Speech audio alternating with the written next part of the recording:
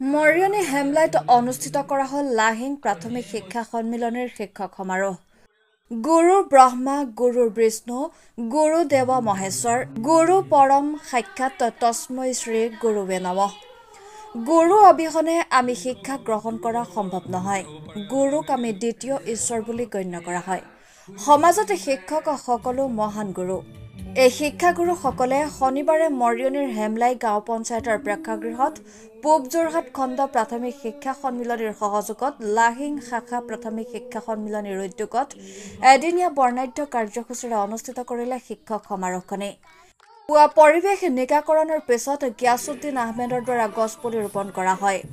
ইয়াৰ পিছত পূব যোৰহাট খণ্ড প্ৰাথমিক শিক্ষা সন্মিলনীৰ সভাপতি ললিত গগৈয়ে পতাকা উত্তোলন কৰে। অৱসৰপ্ৰাপ্ত প্ৰধান শিক্ষক দুৰ্গেশ্বৰ গগৈয়ে বন্তি প্ৰজ্বলন কৰি স্মৃতি তৰ্পণ কৰে দেৱজিৎ গগৈয়ে আৰু আমন্ত্ৰিত অতিথিসকলক একোখনকৈ ফুলাম, গামোচা, সম্বৰ্ধনা পত্ৰ আৰু স্মৃতি গ্ৰন্থৰে সম্বৰ্ধনা জ্ঞাপন কৰে। ইয়াৰ পিছত দেৱজিৎ বৰুৱা আৰু বন্তি চুতীয়া তামুলীৰ যুটীয়া সম্পাদনাত প্ৰস্তুত কৰা বুদ্ধিদ্ৰোম নামৰ স্মৰণিকাখনি উন্মোচন কৰে প্ৰাক্তন প্ৰধান শিক্ষক থানেশ্বৰ বৰুৱাই।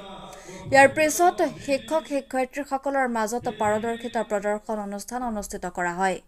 শিক্ষক দেৱজিৎ বৰুৱাই আঁতৰা মুকলি সভাত সভাপতিত্ব কৰে পূব যোৰহাট খণ্ড প্ৰাথমিক শিক্ষা সন্মিলনীৰ সভাপতি ললিত গগৈয়ে। নিৰ্দিষ্ট বক্তাৰ ভাষণত অৱসৰপ্ৰাপ্ত প্ৰধান শিক্ষক বিশ্বজ্যোতি গগৈয়ে শিক্ষা আৰু শিক্ষকৰ ওপৰত সুন্দৰ ভাষণ আগবঢ়ায়। বিশিষ্ট অতিথিৰ আসনৰ পৰা ভাষণ আগবঢ়ায় যোৰহাট জিলা প্ৰাথমিক শিক্ষা সন্মিলনীৰ সভাপতি ত্ৰিদীপ বৰুৱাই।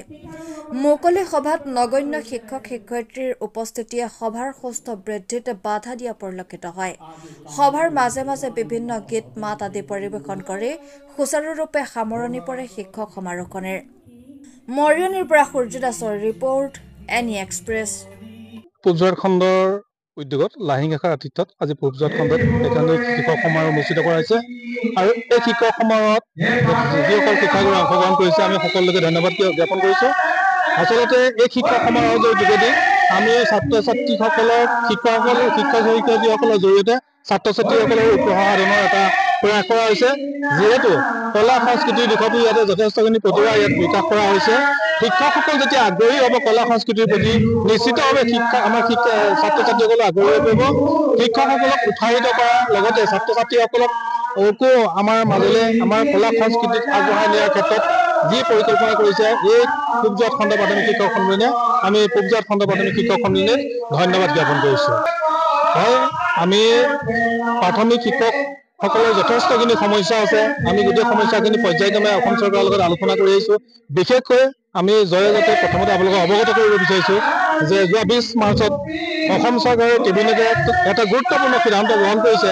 অসমৰ সমূহ প্ৰাথমিক বিদ্যালয়ত 50জন ছাত্ৰ-ছাত্ৰী থকা সমূহ প্ৰাথমিক বিদ্যালয়ত প্ৰধান শিক্ষকৰ পদ সৃষ্টি কৰিব আৰু এইটো আমাৰ অসম ৰাজ্যিক প্ৰাথমিক শিক্ষক সন্মিলনী এটা দীৰ্ঘদিনীয়া দাবী। 1975 চনৰ 5 ছেপ্টেম্বৰত অসমৰ বিদ্যালয়সমূহ প্ৰাদেশিকৰণ কৰা হৈছিলে আৰু প্ৰাদেশিকৰণ কৰা তাৰিখৰ পৰা বৰ্তমান সময়লৈকে অসমৰ বিদ্যালয়সমূহত প্ৰধান শিক্ষকৰ পদ সৃষ্টি হোৱা নাছিলে। আমি 1982 চনৰ পৰা ধাৰাবাহিকভাৱে আমি আন্দোলন কৰি আহিছিলোঁ যে আমি আমাৰ অনুষ্ঠানটোত এজন মুৰব্বী দিয়ক আৰু আমাৰ বিভিন্ন পৰ্যায়ত আমি এই 43 বছৰে যি আন্দোলন, এই আন্দোলনত অসম চৰকাৰৰ লগত 40 বাৰৰ অধিক আমাৰ আনুষ্ঠানিক আলোচনা হৈছিলে, 40 বাৰৰ অধিক আমাৰ মাইনিত হৈছিলে আৰু শতাধিকবাৰ অনানুষ্ঠানিক আলোচনা হৈছিলে। আৰু যিমানখিনি আলোচনা হ'ল প্ৰত্যেকখন আলোচনাৰে যিখন আমাৰ আলোচনা মাইনিত হৈছিলে প্ৰত্যেকখন মাইনিতে আমাৰ বাবে এখন এখন বঞ্চনাৰ দলিল হিচাপে আমাৰ মাজত স্থান লাভ কৰিছিলে।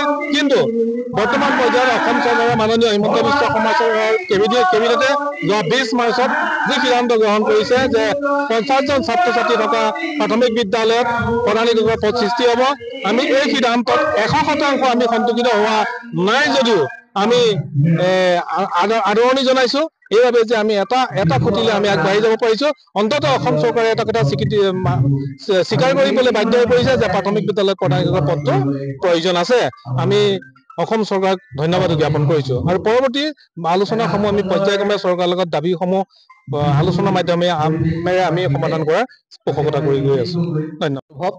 পূব যোৰহাট খণ্ড প্ৰাথমিক শিক্ষক সন্মিলনীয়ে বছৰটোৰ এটা দিনত শিক্ষক সমাৰোহ অনুষ্ঠিত কৰা হয় আৰু পুৱা আমি 7 বজাৰ পৰা গছপুলি ৰোপণৰ কাৰ্যসূচী, তাৰপিছতে আমাৰ পতাকা উত্তোলন, তাৰ পাছত স্মৃতি তৰ্পণ, তাৰপিছত শিক্ষয়িত্ৰীসকলৰ বিভিন্ন প্ৰতিভাসমূহ আমাৰ ইয়াত প্ৰদৰ্শন হয়। আৰু এইটো এটা প্ৰীতি সন্মিলন। আমাৰ স্মৃতি গ্ৰন্থও প্ৰকাশ কৰা হৈছিলে, আৰু স্মৃতি গ্ৰন্থই অতীত ৰোমন্থন কৰাৰ সুযোগ সুবিধা দিয়ে। আৰু সেয়েহে আমাৰ নকছাৰী ভাষা সন্মিলনীৰ দুগৰাকী শিক্ষয়িত্ৰী কৰ্মৰত অৱস্থাত অকাল বিয়োগ হয়।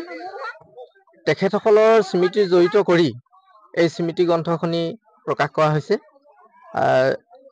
শ্ৰদ্ধাৰ তিলক গগৈ ছাৰ আৰু অম্বিয়াৰা বেগম লাহন বাইদেউৰ তাত স্মৃতি জড়িত কৰা হৈছে। আমি শিক্ষক সন্মিলনীৰ এই বছৰেকীয়া আমাৰ যি এদিনৰ যি মিলন কাৰ্যসূচী, এই কাৰ্যসূচীৰ বিভিন্নখিনি আমাৰ প্ৰতিভা বিকাশৰ কাৰ্যসূচীৰ লগতে এই এটা মহান কাৰ্য আমি কৰিছোঁ বুলি অনুভৱ কৰোঁ। আৰু শিক্ষক শিক্ষয়িত্ৰীসকলৰ পূব যোৰহাট শিক্ষাখণ্ডৰ যি প্ৰতিভা, এই প্ৰতিভা ইজনে সিজনৰ প্ৰতিভাখিনি হয়তো লৈ